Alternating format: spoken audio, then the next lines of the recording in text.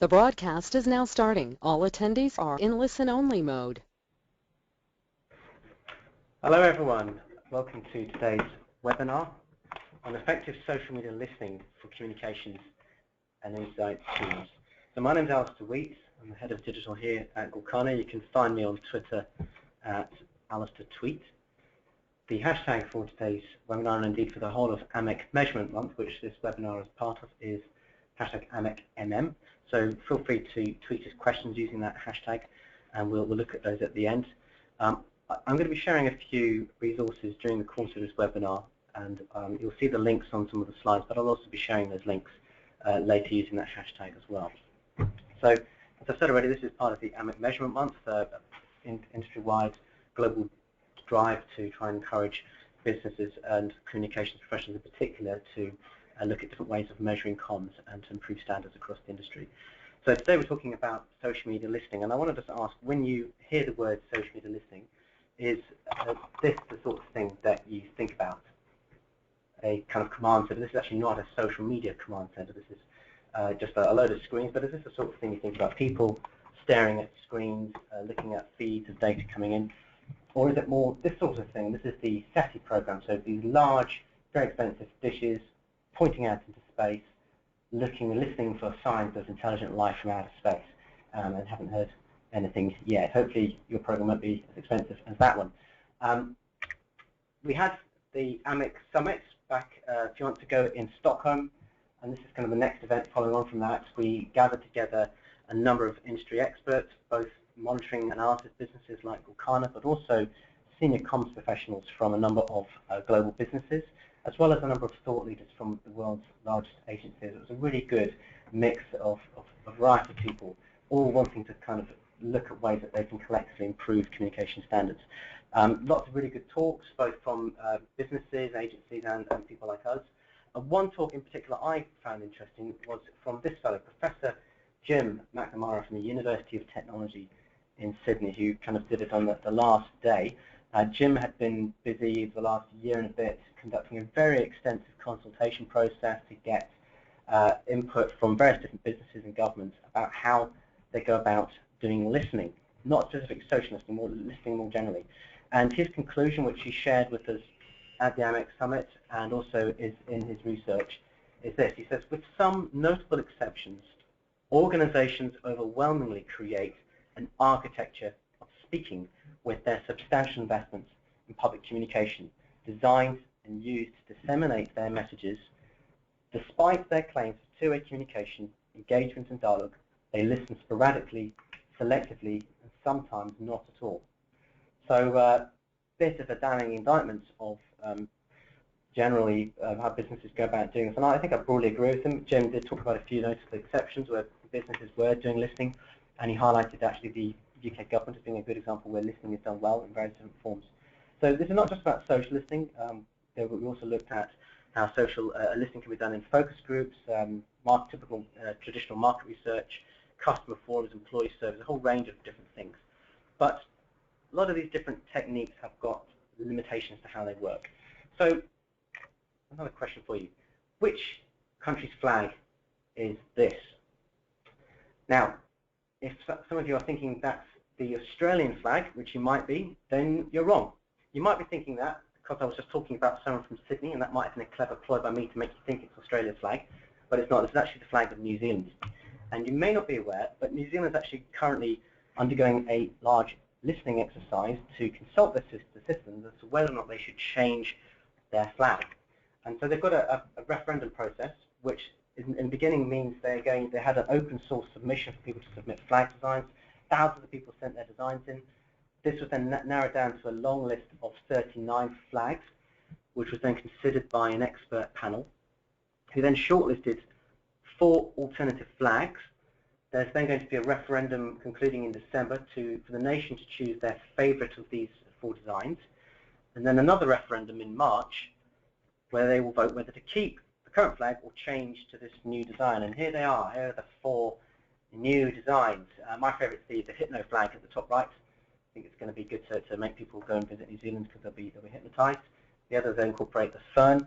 My slide's actually already out of date, and there's a story today that actually they've added a fifth design, the red peak, in which might be actually the potential winner. People seem quite excited about that. But there was actually a recent poll which shows that nearly 70% of New Zealanders actually say they don't want to change their flag. Now, the Prime Minister of New Zealand has dismissed this poll, saying that, quote, the question asked was too basic, as there were people who had yet to make up their minds. And he said that fewer than 50% of people actually want to keep the current flag, and that this number is falling. So far, a total of $50 million has been spent on this exercise, and like to increase. And some people are maybe skeptical about the whole process, because the PM clearly actually wants to change the flag, and actually this new design was his personal favourite, so he made sure that it was included in the shortlist. And for those clued up on marketing psychology, may spot a tactic used here actually. So this actually was highlighted in the book by Robert Cialdini in this book, Influence, the Psychology of Persuasion. It's called Commitment and Consistency. So this is where I'll read this quote. The people will tend to behave consistently with choices they've already made, even very small choices. If I can get you to commit to something small, e.g. wearing an awareness ribbon, signing a petition, seeing yourself as a certain type of person, then you will be more likely to commit to bigger actions, e.g. giving time or money later on. And so some people who looked at this process will say, actually this is quite clever, because we're asking people which alternative flag they want, so they're actually buying into the process of change because they're being asked to select the alternative flag. So then when we go and ask them if they want to change, people will be predisposed to actually pick to change.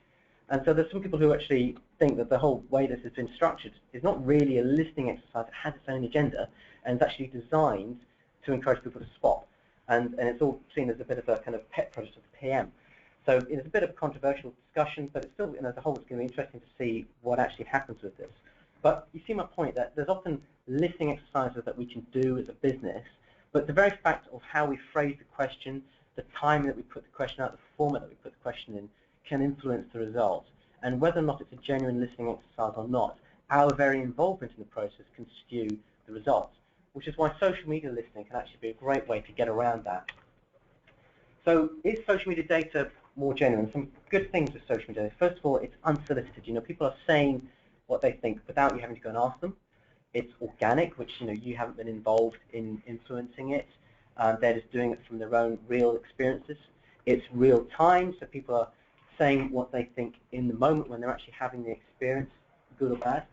And it's also cost effective. It's a lot cheaper really to do even relatively expensive social media listening compared with the alternatives in traditional market research. However, be wary. Obviously with social data there is sample bias. Not everyone is using social media. Different demographic groups are more likely to use different platforms. And also, even if you get the demographic of the overall audience right, certain people may be more vociferous in sharing their thoughts on an issue than others. The silent majority, some of them might not really make their views known. There's also lots of bots and spam, and that can really cloud and junk up the data that you've got. And also, if you're just using automated analysis, beware of things like sentiment analysis, because it can get things wrong. That's well documented. I'm not going to go over those points in detail, but I just want to say that I am aware of this, and I don't want to over-egg the value that social data can have. But these areas can all be compensated for. But what I want to say though is, are you monitoring or are you listening? Now I would say that the image on the left really is more what I would call monitoring, where you're paying close attention to something and someone needs to keep an eye on it kind of all day, every day. Whereas listening is a much broader exercise. You don't know what you're going to hear. You don't even know if you're going to hear anything, but you want to be ready so that if something happens or there's an opportunity to learn, you can get it because you've got a process in place to listen to what customers are saying. Now, when I go and talk to people, I'm often talking to clients or prospects about social listening, and often people say things back to me that indicate to me that they've kind of got the wrong end of the stick sometimes about what social media listening is really to do with. So one comment people will say to me is, oh yeah, we do social media listening. Our social media team have a tool that shows them when we're mentioned on Twitter. And that's great, do that, definitely do that. But that, I would say, is really monitoring, that's not really listening. Other thing people will say is, no one, at the other end of the spectrum here, no one is really talking about us online, so we don't need to do social media listening. Now, I'd say that if no one's talking to you, you don't really need to do monitoring. You don't have to do that tactical, reactive response to people. But if your customers are talking online, it may not be about you, it could be about whole other things, there's still potentially an opportunity to learn. So social listening can be done even when you don't need to do social media monitoring, and there's value in it in its own right. So what I've tried to do is just to help us think about the differences between monitoring and listening is to put together this framework. I've listed down sort of 8 points on the left, and I'm going to go through these and explain how monitoring is different to listening in each of these areas. So first of all, in terms of the focus, I've touched on this already. So monitoring is quite narrow. It's really focused on what are people saying about your business, or how are people responding to a campaign. Whereas listening is much more broad. It's about a whole range of issues that could be affecting you or your customers or influencers that you're looking to target. And when you're doing listening, the importance is to ask the right questions. And these are the sort of questions that you can ask. So what do our customers think about us? What do they say about our competitors? What questions do they have about our products and services? Where and when do they talk about us? What do they love about us? What do they hate? These are all good questions, but the interesting thing is that these questions actually come from a Altimeter report in 2011 from a researcher called Susan Edlinger, and this is actually still, I think, quite focused on yourself. This is what are people saying about us? What are they saying about our competitors? Where and when do they talk about us? It's all good. I'm saying that this is definitely something you should do, but really we need to move beyond this now in 2015 and start asking these sort of questions as well when you're doing social media listings. So you ask questions like, what do customers want? What are customers interested in?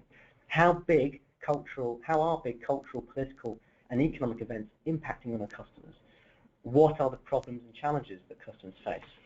And what are peers and influencers doing? And you might not feature in those conversations at all, but you can still get value from doing this listening exercise. One organization that we work with that I think does this broad listening very well and doesn't just listen to what people are saying about them is DEFRA, which is the Department for Food and Rural Affairs in the UK. And what I've put up on screen is a bunch of keywords or things that DEFRA might be interested in. Now I just want you to have a little look at some of those words and have a little think about which of those DEFRA might actually be tracking for on social. Now, you may have guessed it. The answer is actually they're tracking all of those. And this is actually, I think, less than a quarter of the total stuff that they actually track. There's a load more besides this. And why do they track this? Well, they may or may not get mentioned to these. Some people are talking about these now. Some aren't. But they know that all of these issues are important to somebody. Some of these groups are actually very small. Some are large. Some of these things might trend nationally on Twitter. Some will never trend even in their local village. But DEFRA knows that they can get good insight from listening to what people are saying on social about these issues, and they've got responsibility for some of these areas, or they can learn, they can react, they can be better informed about how people around the UK are affected by some of these issues. So let's move on to the next thing. In terms of structure, monitoring is quite linear in its structure. It's about getting things sequentially as they happen, bringing it into kind of a fairly straight funnel, getting onto a screen. Whereas listening in structure is actually much more ad hoc. One of the big challenges with listening is you don't know in advance what you're really going to want to use in terms of the data. So you have to capture the data anyway, just in case it might be an issue later on. Again, going back to that, the Altimeter report I talked about, in that report, Susan explained different areas of the business where social media measurement can help. I'm not going to go through all of these in detail, but it can help you measure your brand health, that people thinking about you in a positive or negative way. Can you improve your operations from feedback you're getting on social? Can you improve customer experience? Can you innovate better? And I'd say one of the key things with social media listening in terms of the structure is to make sure that you're getting other parts of the business involved in the activity. Make sure that other people are taking part in this. And then because you're doing that, it's going to change the dynamic. A good social listening program is one where different parts of the business are actually getting involved in coming and asking questions of the data. I just got a comment that I'm a little bit quiet, so I'm going to see if I can get the speaker a bit closer to me. Hopefully that might help a bit. So just to talk a bit about one client we're working with, I think who's doing a great job in this area, is Samsung. And so they have got an insights team who have a program called the Voice of the Customer, and they use the social data that we bring into the business as a key part of that. alongside a variety of other research disciplines.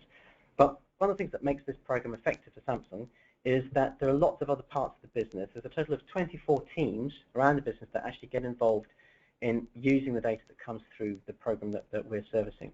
And there's more than 200 users involved in this exercise. We are capturing about 10 million social media mentions every month in 16 languages and tracking people talking about Samsung plus 65, I think it's more than that now, other consumer electronics and home goods businesses. And with all that data, we're then able to produce a variety of dashboards people can use to both monitor conversations, but also then to produce reports. We produced, when we made this infographic, we produced 65, or rather 65 reports have been produced using or incorporating social data. We didn't know at the start of the program what those reports were going to be. We knew some of them, so we knew, for example, that when there's a product launch or a big event, we're going to want to have content on that. But there's loads of other things that have been more reactive to respond to either a competitor crisis or an event that hasn't gone according to plan, or a particular opportunity with a new piece of technology that's come out. So social listening needs to be agile and ad hoc. The difficulty with this, Susan, I think pointed out, is that social media is data intensive. It's messy and unstructured, continuous rather than episodic, and characterized by increasing numbers of new behaviors that must be captured, measured, and interpreted over time. Hundreds of tools and services take varied and conflicting approaches to social media monitoring, engagement, measurement, and analysis. So we've got some challenges here. So the challenges are different with monitoring and listening. So in monitoring, the big challenge is what I call triage, and that's this sort of thing here. This is a slide from David Armano from Edelman Digital, and he's put together a flow chart of how an organization might need to determine the appropriate response for a message on social media. I'm not going to go through all of this. You can see it's pretty thorough, and I could share the link to this infographic as well afterwards. But you can see that there's things like is it a compliment to complaints? Is it topic sensitive? Is it engagement with the particular products? Can customer services help? Does it need to be taken offline? Do legal need to get involved? There's a whole load of different factors. So there is complexity in it, but it's a different type of complexity. It's about how do you organize the response to that in a short time period and get the right person internally. Whereas with social listening, you don't have to do that sort of triage instant response, but you do need to figure out how to structure this large amount of data. So what we've had to do with Samsung, this is our kind of area of expertise, has been to get all of these millions of posts and then create a structure that allows different teams at Samsung to look at specific parts of the data.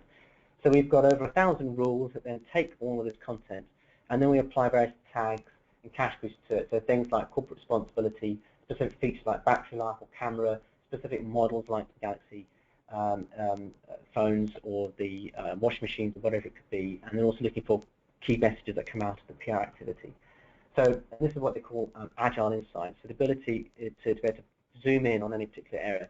That's the challenge with social listening. Social listening is to create an appropriate taxonomy that allows you to structure the data in a way that aligns with how your business operates. So in terms of complexity, complexity here I'm talking about really is the complexity of the search. So that triage I showed before is quite complex, but for getting the right data in for monitoring purposes is quite easy. You just need to really search for your brands. You don't really need typically much training to do that unless you're the likes of Next or 3. You've got a more generic brand to track. Most of the time you can do brand monitoring pretty easily. However, for social listening, getting the right data in is actually quite advanced in terms of complexity. So we are doing a large listening exercise around the UN General Assembly happening this weekend, where they're launching the new Sustainable Development Goals. And we, as part of that program, are tracking globally discussions around a variety of development issues. So here, for example, is our search string, or part of our search string, on discussions to do with health and development. You'll be pleased to know I'm not going to go through this in detail, but if you are to read what's on the screen, we're looking at things like health in connection with workforce, poverty, development. We're looking at certain diseases like hepatitis, malaria, tuberculosis. We're looking at family planning, clean water, a whole variety of issues. Now, I've been working in search for about 9 years, and I can spend quite easily an hour or more on a single search query for a client, because I know that it's important to get the right data in if we're going to do this sort of activity. You need to have the right tools to do this. Some tools have got better search operators than others. Some tools really are not suitable for this sort of activity because they've got very basic search operators. But you also need the right skills. You don't need to be doing this 9 years like me. That certainly helps, although I sometimes get tasks that are hard as well. But within your business, you may find people who are able to do search outside of your comms team or your social team. So people maybe in market research can help with this. Sometimes you might have agencies who've got capabilities, or you can also come to people like us who are experts in this area. But make sure that you put the time and effort into getting the search strings right if you're going to get social data, so you're not getting junk in, because that'll just undermine the whole exercise. So the time frame is also different. So for social media monitoring, we've already said this, it's about having instant insights, instant reaction, being able to do something quickly with the data, because people often comment and expect a response quickly these days. Whereas social media listening is more about the long term. It's more about looking for trends. And again, if we're thinking about the actions, the outcomes, what we're willing to do as a result of social listening, it's about maybe changing your product. It's about changing your marketing strategy. It's about changing your messaging. And these are things that take time to change. You're not going to quickly do it as a knee-jerk reaction to something that happens on social or trending hashtag on Twitter, for example. These involve strategic changes. So that's why social listening needs to look at things more over a longer-term period, look for trends, look for evidence. One really interesting project we're doing on this, which is a longer-term project, I can't say the client just right now, but we are tracking conversations around rail transport in the southeast of England, particularly to do with London Bridge. Now, unfortunately, this is a topic close to my heart because I travel through this mess every day. My commute comes up through London Bridge, and I suffer greatly because they are redeveloping London Bridge. It's going to be beautiful and wonderful when it's all done, but right now it's a bit of a challenge because we've basically got one of the world's busiest train stations, definitely one of the UK's busiest train stations, half closed for engineering. And so thousands of people need to kind of squeeze through the remaining space, and it's meant to lots of train cancellations and other sort of delays and problems. So we are tracking, there's other stations that are impacted by this as well, so we're tracking social media conversations to do with London Bridge, Cannon Street Station, Charing Cross and Victoria, and also the main train operating companies that run through these areas, so South Eastern, Southern and Thameslink. And then we're taking all of that content, making sure that it's just customer content that we're looking at. So we're not really interested in comments from the operating companies themselves. We're looking at the commuters and what they're saying, which means we're getting about 2,000 posts every day from people commuting in this part of the country on trains. And again, we're not looking at underground transport going through, because some of these stations also have underground stations.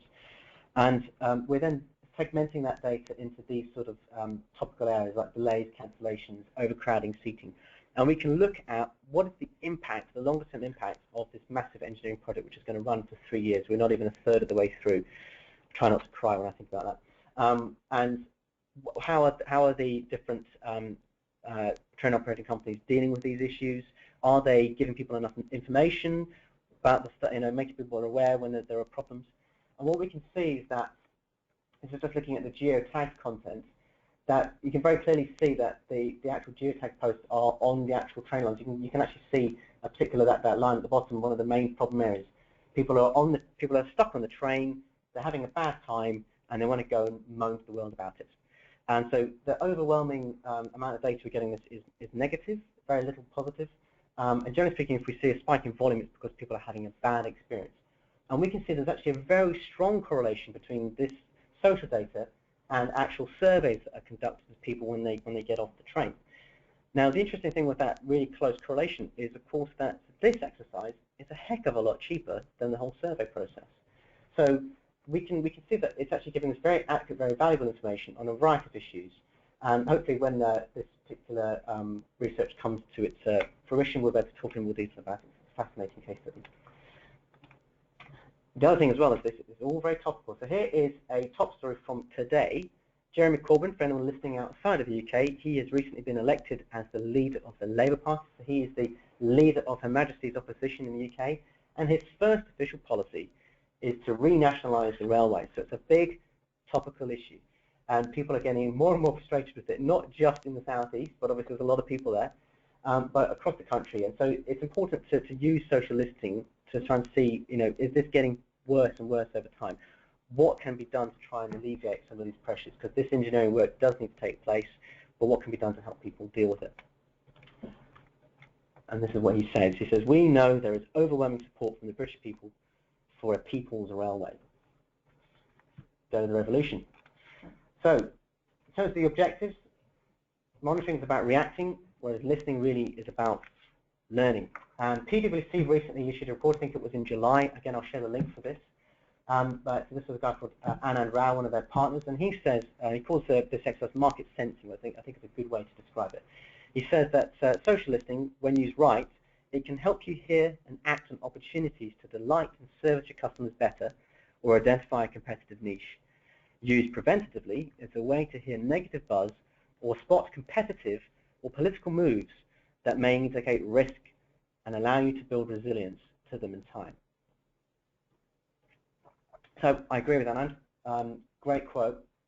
And furthermore, they say that when you're doing listening, the key is to not ask what they think, but to see what they do and listen legitimately to what they say unprompted.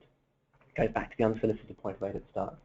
But you also need to think critically about what the feedback means for your business, learn and adapt to how consumers want you to engage with them.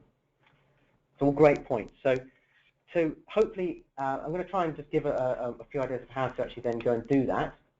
I'll put together this a framework to try and explain how I go about doing it when I'm working on the sort of project with clients. So I call it my logic framework. I think I've been very clever there. Maybe not. So first of all, is to listen, then observe, generalize, identify, and then conclude. So the listen part is about capturing data. Refine it, make sure you're getting the correct content, filter out what you don't really want to see or don't want to listen to. Like I said, you know, getting to the actual customer comments from that rail project earlier. But then you also need to try and group things. Think about how you might want to segment the data. And then crucially also invite observers, invite people from other parts of the business to be able to come and see what's going on, because they may have different perspectives, different things that are going to stand out to them. We also then need to observe what's actually happening, and this may then involve a standout event that happens, or you may spot something that you don't expect. So particularly look out for the stuff that you're not already tracking elsewhere. Then you need to generalize. This is where you need, this is I think the most important part actually, to create a hypothesis. So you can see certain things are happening. You need to then say, right, I think there's a trend here. I think customers have a problem with X, for example, or a competitor is really trying to do this. And then we need to go and test whether that hypothesis is true. That's when we need to go and actually identify clearly what's going on. This is involved. This is when we need to go and segment and measure. You may use a kind of predefined framework, or you may need to apply something customer specific specifically for this exercise. And then you need to go and conclude, make a statement about what's actually, you know, evident in the data. It may be that your hypothesis is wrong, in which case you just scrap the whole exercise, and you need to be willing to do that. So there are tools that can help with this.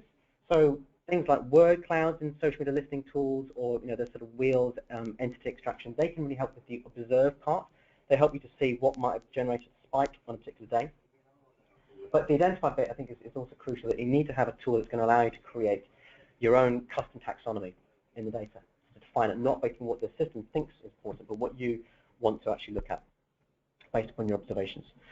And just to give an example where this has happened, we did a project with a large retailer, really focusing actually on what their staff were saying on social media. So these were their staff saying at one point that they worked for this particular retailer. Can't say who the retailer is, and they would then talk about a whole load of other things. And what we could then observe was that people were starting to complain about the new uniform that they were supposed to have. Now this was a bit of a surprise, and the uniform wasn't an area that they'd asked staff about when they did the last employee survey, so they didn't have any other kind of data to give an indication that there was a problem with the uniform, but some staff thought it was inappropriate, or it wasn't a good uniform. That then meant we had to go and then try and measure that, see whether it was a new thing. So we segmented the data. We could see that people were talking about the uniform now, but they had never really been talking about it before. So something had changed. The new uniforms had come out, people didn't like it. They hadn't been complaining about the previous uniform at all. So the conclusion actually for this instance was that not to go and change a uniform just because a few people had tweeted about it, but to actually go and engage in an employee listening exercise, to actually go and ask, get a consultation going with employees to find out whether there really was a problem with the uniform. That was the action. We didn't deal with it from there, but that was how social listening actually then got involved in going and having another conversation. So I'm just going to skip over the last two points in here because they're quite brief, just to talk about integration. So With monitoring, the key with this is often to integrate it with your CRM system, your customer service workflow, make sure that people can deal with that data, or it can be used to generate sales leads, that sort of thing. Whereas listening, it's about linking in with market research and other forms of research. So this is particularly, I think, what Samsung has done really well. Their team there is been great at plugging in their insights with lots of other parts of the business. And you can see the sorts of divisions there, and to get to the various different actions out of it. Most of which actually they don't tell us about because it's sensitive, and so I'm delighted that we can help them do stuff that's so important they can't talk to us about that. But we're very proud to have actually got awards at AMEC for our work with Samsung. So we won gold awards for innovation and also for the most innovative use of measurement in a digital campaign. So we're very proud of our work with them. But with all of the client examples I've mentioned, the key has been the people at the client side have understood and appreciated the value that listening can bring to their exercise. So I just want to finish off then with saying that the domain for monitoring is much more about the tactical. How do you do things day by day better? How do you deal with the customers better? Whereas listening really fits more in the domain of the strategic. How can you do things better as a business? And I'm hoping that this short webinar has been helpful just to give you some ideas about how you can go about doing listening, and why it may be different to monitoring. Again, I don't want to play semantics, there is an overlap there, but if you're not doing listening and you want to learn more, please get in touch with us.